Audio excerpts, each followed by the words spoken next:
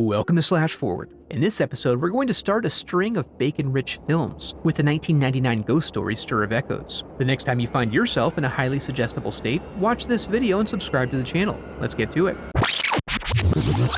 We open on a house with a boy in a bath, talking to no one we can see while the Baconator strums his guitar in the background. As he sets up for bedtime stories, we learn Jake is one of those kinds of kids. Does it hurt to be dead? You know, perceptive. Downstairs, we learn through Maggie's sister Lisa that Maggie is with child, and we see from Tom's behavior that he's a bit of a dick. His motivation seems to be that he's driven by feelings of inadequacy derived from the high and unrequited expectations he's set for his life path. With the stage set, the young couple heads across the street to a house party full of thirsty midlifers. As it eventually winds down, Lisa fills the conversational lull by oversharing about her interest in hypnosis. This salty blue-collar gang of materialists are initially unimpressed, but after poking at Tommy's sore spot regarding his limited life experience, she goads him into being a test subject. She takes him through a visualization exercise that puts him in a deep state of suggestiveness, and he wakes up to find that they've been poking him with needles and uproariously laughing at his childhood traumas. So you know these guys like to party. That night, they have some clothes-on sex, interrupted by violent visions. Tom tries to push through but goes limp at the thought of fingernails coming out. He tries to find a consumable fluid that will clear his mind, but the visions persist, and Jake knowingly offers him creepy comfort.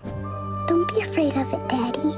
When he manages to circle back with Lisa on this, she admits to leaving a vague post-hypnotic suggestion about keeping his mind open, which sounds responsible. That Friday, Debbie the sitter shows up and Tom has some strange visions that leave him unsettled, and eventually calls him to run back home. Meanwhile, Debbie hears Jake talking to who he identifies as Samantha, prompting her to exert her babysitter authority to remove him from the home. So when Tom returns to the empty house, he has to follow the red, eventually finding them at the train station. As they sort it, we learn Debbie was bringing Jake to her mom to answer questions about Samantha, her sister who's been missing for 6 months. Tom recognizes her from his hallucinations but says nothing. At home, they have some questions for Jake who, like all children who speak with dead persons, decides to play it super cash and mostly ignores them. As Tom becomes obsessed with this, he checks with Harry, his landlord, to verify if Samantha ever lived in the house. He confirms that she has not. Then Tom has a vision of his buddy Frank telling him he's in danger. When he wakes up and pursues the sequence of his vision, he finds Frank's son with a bullet lodged in his chesticles. Later on, as they engage in normal activities, Samantha's icy presence turns Maggie's hot steamer into a polar plunge, directing her toward the basement. When she emerges, she finds Tom deep in another vision quest, this one with physical manifestations. This drives Tom to Lisa's house, desperate for a follow-up session to drive this crap out of his mind hole. Unfortunately, this time he's unable to rid himself of those who have taken residence in his consciousness, and the exercise does little more than leave him with a new directive.